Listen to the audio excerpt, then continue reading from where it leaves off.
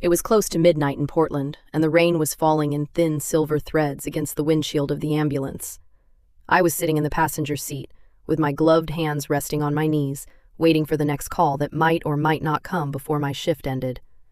Portland nights had a way of feeling quiet and uneasy at the same time. Somewhere far off, sirens faded into the mist, and the whole city glistened under the rain like it was holding its breath. Then the radio cracked to life. A medical emergency had been reported at Artemis Country Club on Northwest Skyline Boulevard. Possible anaphylaxis.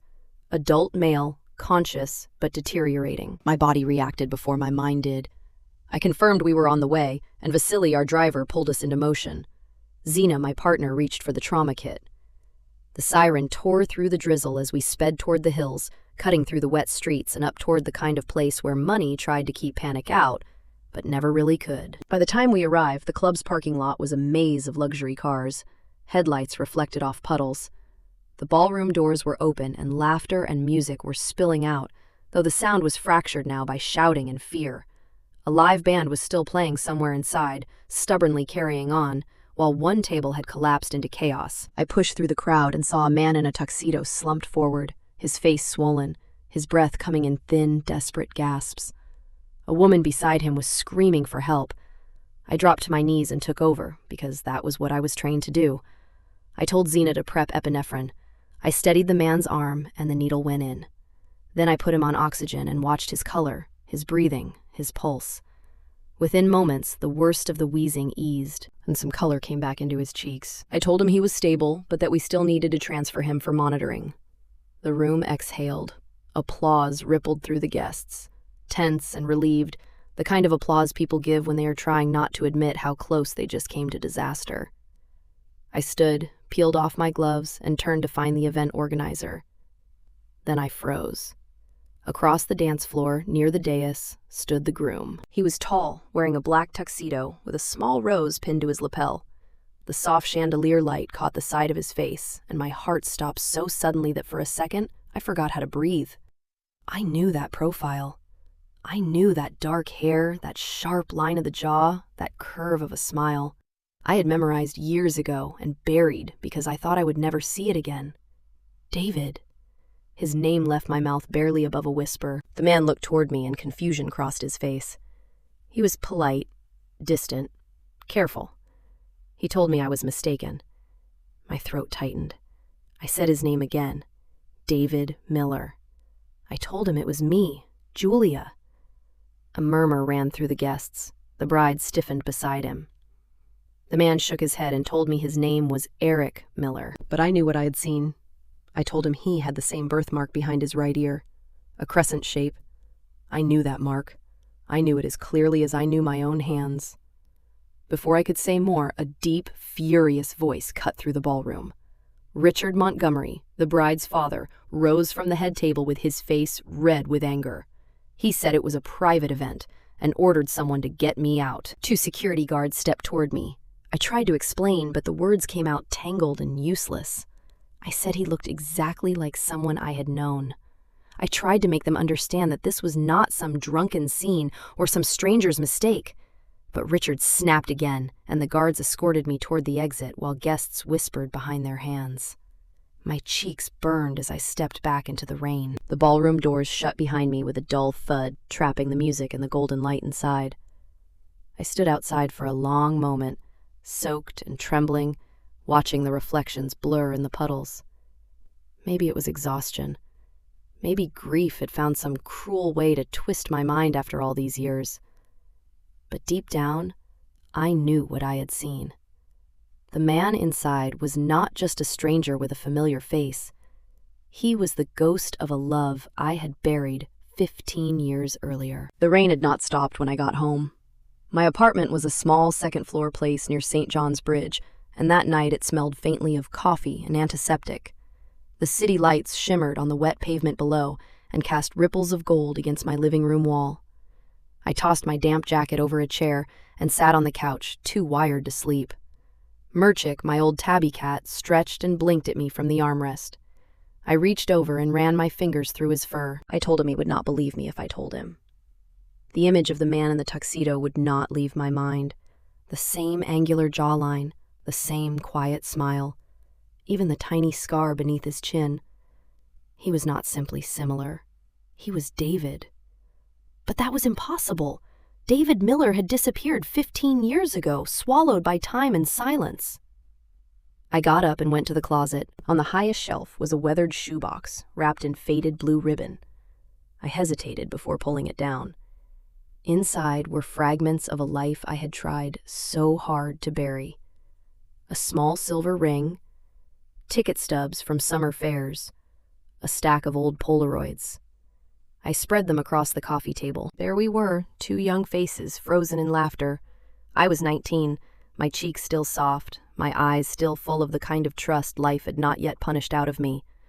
David was 20, with a guitar slung over his shoulder, the kind of boy who made the world feel wide and bright and full of impossible promise. David had been my first everything, my first love, my first heartbreak, my first lesson in how fragile happiness could be. He had been wild and charming, the kind of man who would race the wind just to feel alive. I had been the careful one, always planning, always worrying, always trying to hold on to things before they could fall apart. We met at a campus blood drive of all places. I was volunteering. He was a reluctant donor, smiling like he had only shown up because someone had dared him to. By the end of that week, we were inseparable. But love that burns too bright does not always survive its own heat. Jealousy crept in during our second year together. I saw him laughing with a girl from his band, and something in me snapped. Harsh words were said. Pride rose faster than love could calm it. Apologies came too late. And just like that, he was gone. Not long after, he moved out of town with his mother. I wrote letters that were never answered. Eventually, silence became the answer. Years blurred after that. I finished my training and became a paramedic. I married Stanley Dawson, a dentist whose idea of affection was scheduling dinner between appointments. The marriage was short and cold. We divorced quietly, with no children, no drama.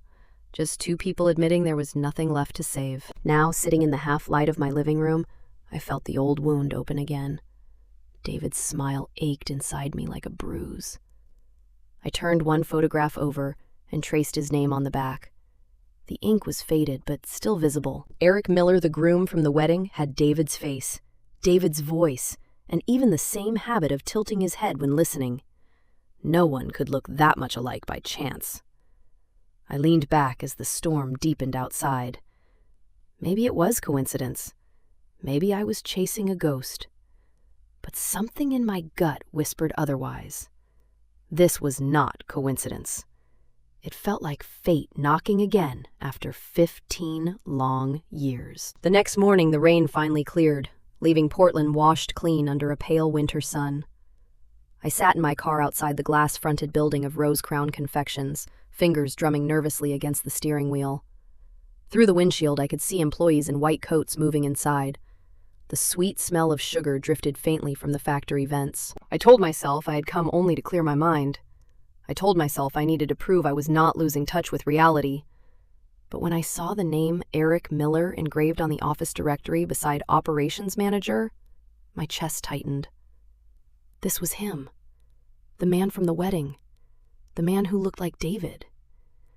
I inhaled, checked my reflection in the rearview mirror, and stepped out of the car. The receptionist greeted me with polite indifference until I introduced myself as the paramedic from the wedding incident the night before. I told her I only needed a few minutes of Mr. Miller's time. A short while later, Eric appeared from the hallway. In the light of day, the resemblance was even worse. It was not just his face. It was the way he moved, the way he stood, the easy but careful way he carried himself, as if he had learned to be charming but not careless. He recognized me as the medic from the wedding. He was guarded, but not unkind. I apologized for the scene I had caused. My palms were damp and my voice felt thin. I told him I needed to show him something.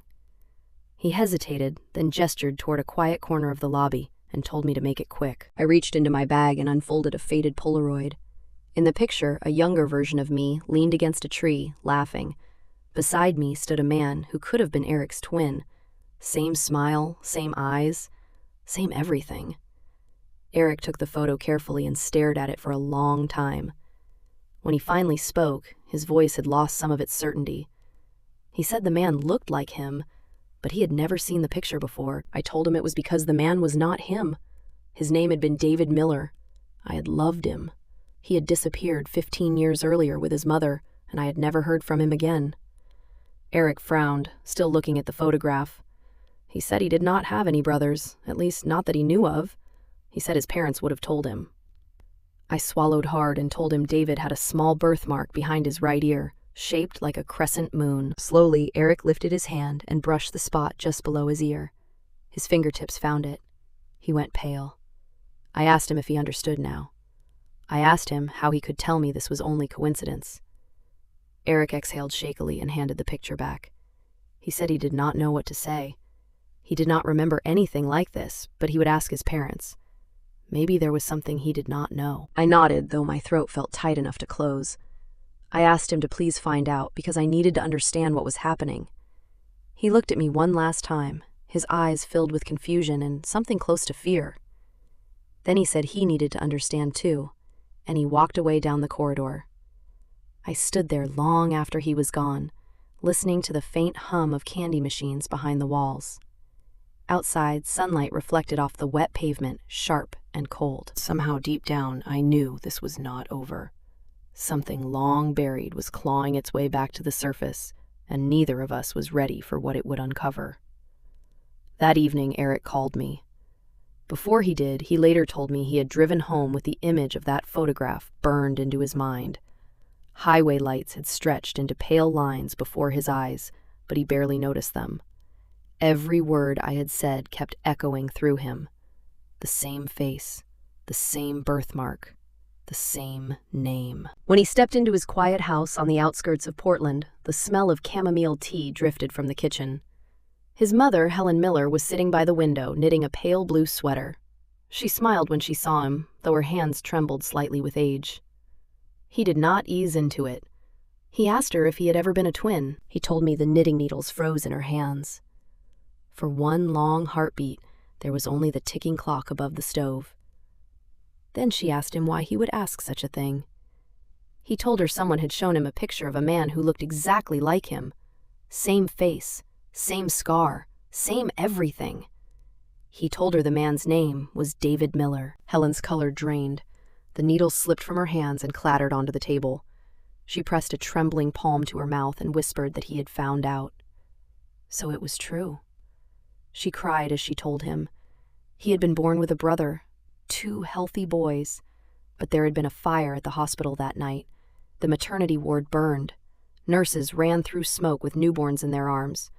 When the chaos ended, one of the babies was gone. Eric had asked her how anyone lost a baby. She said they were told maybe the tags had been mixed up or maybe someone had taken him. They searched for months, but the hospital closed records vanished, and his father could not bear to keep looking.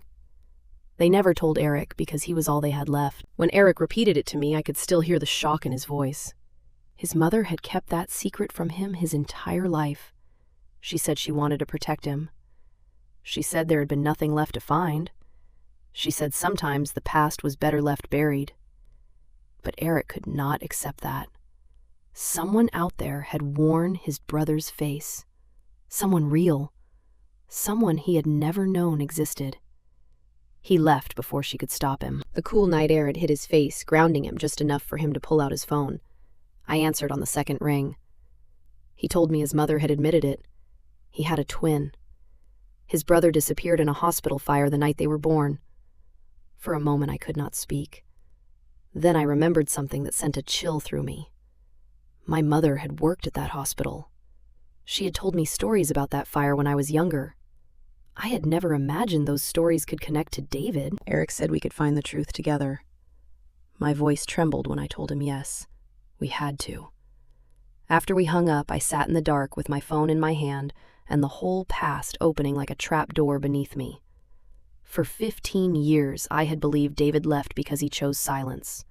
Now I had to face the possibility that his entire life had begun with loss before either of us ever knew him. 2 days later, Eric and I sat across from each other in a quiet cafe tucked between old brick warehouses in the Pearl District. Through the tall windows, late morning sun reflected off puddles left by the previous night's rain. Steam curled from our untouched coffee cups, and the air smelled faintly of roasted beans and cedar. Eric's hands were clasped on the table.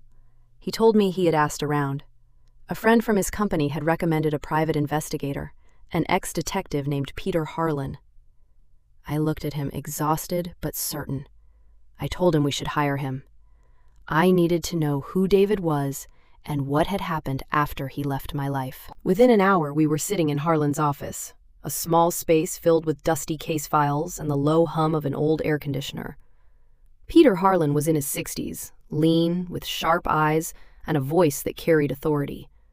He listened as we explained everything, from the old photograph to the hospital fire to the impossible resemblance between Eric and David. When we finished, Harlan leaned back in his chair and said he would start with hospital archives and birth records from St. Mary's, then move forward from there. He told us to give him a couple of weeks. The waiting felt endless. I went through my shifts at Portland EMS mechanically, but my mind was never far from the investigation. Every time my phone buzzed, my heart jumped. I cleaned equipment, I answered calls, I treated strangers. I drove through rain and traffic and city lights. But underneath everything, one thought kept pulsing inside me. Where had David gone? Then, on a gray afternoon, Eric called. Harlan had found something. We met again at the same cafe. Rain tapped against the windows. Harlan sat across from us with a manila folder resting on the table. His expression was unreadable, and that alone made my stomach tighten. He told us the hospital fire was real. Records confirmed twin boys born to Helen Miller that night. One infant was listed as deceased, but there was no death certificate. The second infant was recorded as transferred, but without a signature. After that, the trail went cold for years. Then, 15 years later, a man named David Miller appeared in Spokane, Washington. Same birth date, same features. Eric leaned forward, his knuckles whitening, and said that had to be him. Harlan nodded. David had worked as a professional stunt rider. He had married a woman named Claire Evans. They were known for doing motorcycle shows up and down the coast. Then Harlan's voice softened. Last year, David and Claire had died in a highway crash near Bend. A drunk driver ran a red light. There were no surviving parents listed, no siblings listed. My world tilted. I shook my head and whispered, no, because some part of me refused to understand it. I had already lost David once. I did not know how to lose him again. But Harlan was not finished. David and Claire had a daughter. Her name was Emily. She was 3 years old, and she was in the Multnomah County foster system. I pressed a hand to my mouth. For a moment, the cafe blurred around me. The hiss of the espresso machine, the murmur of voices, the rain against the glass, all of it faded beneath the rush of my heartbeat. David was gone, but a part of him was still here, living, breathing, waiting. I asked where she was. Harlan slid a paper across the table with an address and a case number. Emily was in temporary care, waiting for placement. If we were serious, we needed to contact family services. I wiped my eyes. My voice trembled, but it did not break when I said I would. Eric reached across the table and placed his hand over mine. He said we both would. Outside, the rain had stopped. Sunlight broke through the clouds, thin and fragile, but enough to remind me that some pieces of the past were still waiting to be found. The next morning, the air was crisp and clear as I parked in front of the Multnomah County Family Services building. The glass doors reflected a gray sky, and my hands trembled as I clutched the folder of documents Peter Harlan had given me. I had spent the whole night reading them over and over. The report confirming David's death. The mention of a daughter named Emily.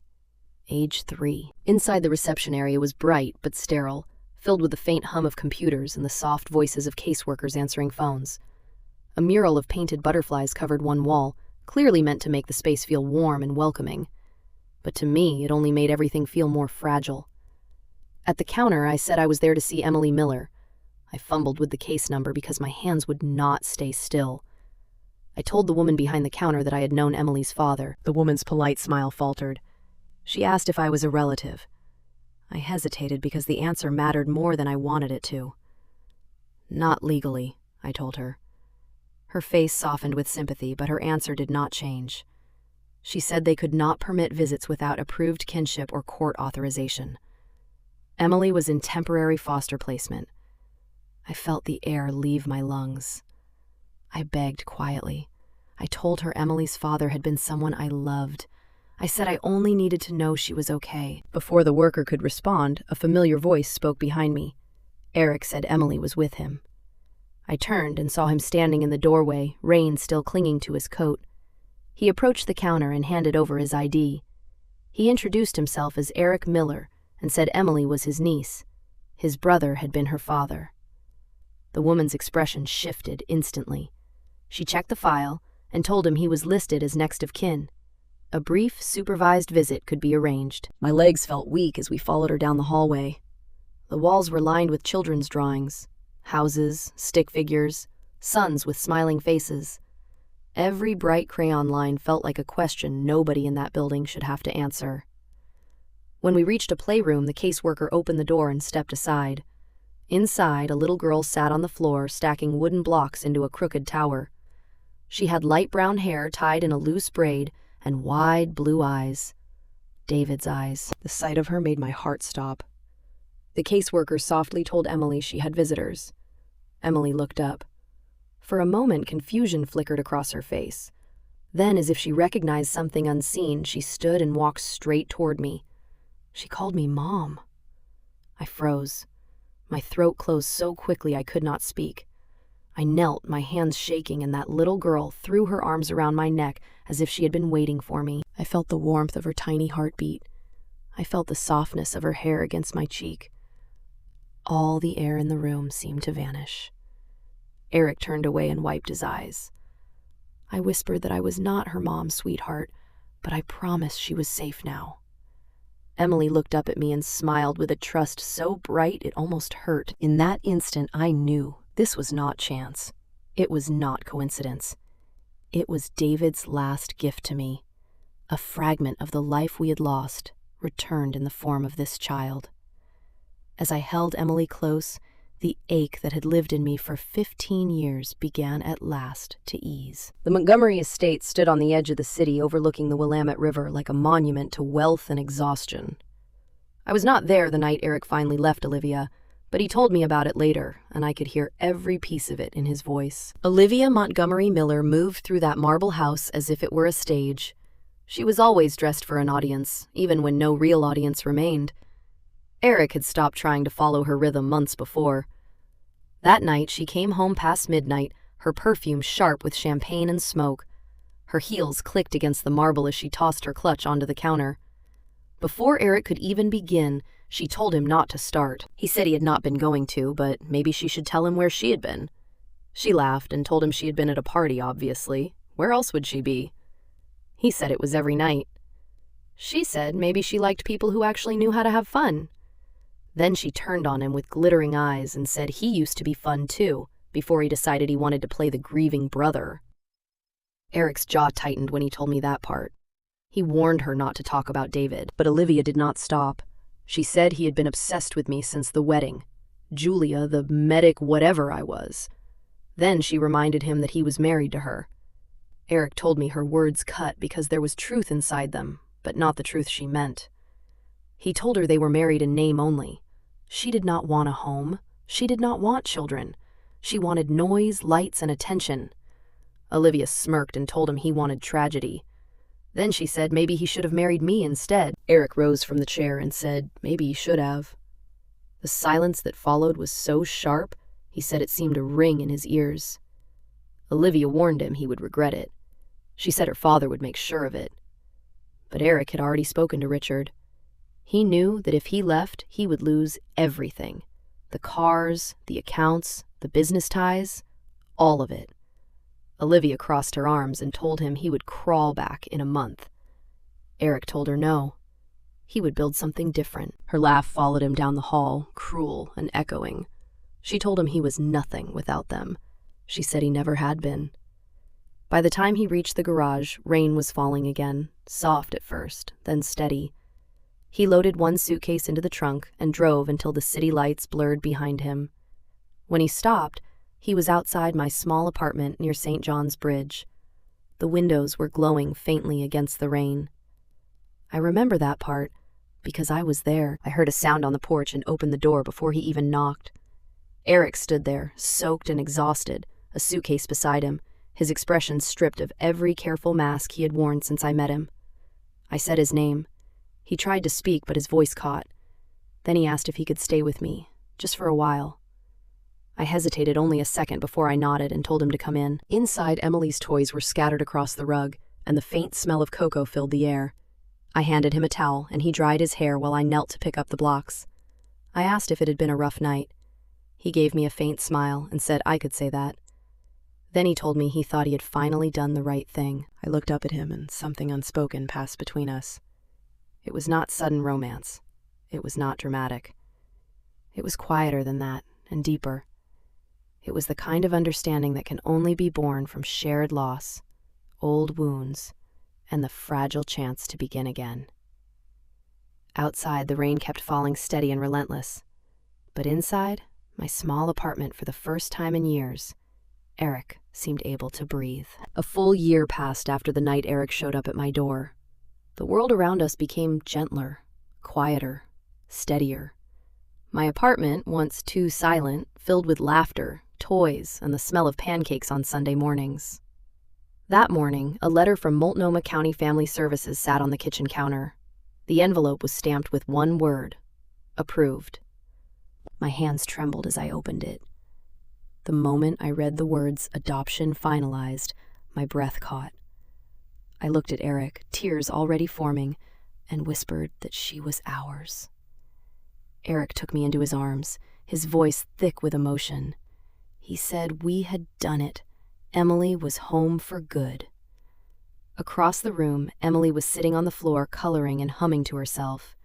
When I told her the news, she smiled wide and asked if that meant she could stay forever. I knelt beside her and told her forever and ever. That evening we celebrated with pizza and cake. Emily insisted on blowing out the candles herself. It was not grand. It was just the three of us around a tiny kitchen table, paper plates, sticky frosting, and a child's laughter bouncing off the walls. But to me, it felt like the world had finally righted itself. Days turned into weeks, and the rhythm of our lives found a natural pace. I still worked my shifts with Portland EMS, though less often now. Eric managed his new job at a small logistics firm. Our world was simple, but peaceful, and that simplicity felt like a luxury neither of us had truly known before. Then, one morning in late spring, I woke up feeling different. A dull nausea rolled through my stomach. At first I dismissed it. Too much coffee, maybe. Stress from night shifts. But as the days passed, the exhaustion deepened. When I mentioned it to Zena at work, she raised an eyebrow and asked if I was sure it was not something else. I laughed and shook my head. I reminded her that I could not get pregnant. I had been diagnosed years earlier. Zena still handed me a small box and told me to humor her. That evening, after Emily was asleep, I stood in the bathroom with my heart pounding. 2 pink lines appeared before I could even blink. I sat on the edge of the tub and covered my mouth as tears spilled freely. When Eric came home, I handed in the test without saying a word. He stared at it. Disbelief flickered across his face, then broke open into pure joy. He whispered that I had to be kidding. I shook my head and laughed through my tears. I told him I was 16 weeks along. The doctor had confirmed it that morning. I did not know how it had happened, but it had. Eric pulled me into his arms. His laughter was choked with emotion. He kept saying it was a miracle over and over, as if repeating the word could make it real. In the doorway, Emily stirred and rubbed her eyes. She asked why I was crying. I knelt and wiped my cheeks. I told her it was because I was happy. She climbed into my lap and rested her head against my shoulder. Eric wrapped his arms around both of us. For the first time in years, I did not just feel whole. I felt chosen. As if life had finally returned everything it had once taken away, not in the same form, not in the same order, but in a way I could finally hold. Months later, afternoon light filtered softly through the trees of Forest Park, scattering golden flecks across the moss and ferns. I pushed the stroller along the winding path, my fingers lightly brushing the handle, while birds called through the cool, pine-scented air. Beside me, Eric carried a thermos of coffee, and Emily skipped a few steps ahead, her laughter breaking through the quiet like sunlight through clouds. The world felt slower then, gentle, deliberate. For the first time in a long time, I was not thinking about what I had lost. I was thinking about everything I had found. Inside the stroller, baby Matthew stirred his tiny fists, waving beneath his blanket.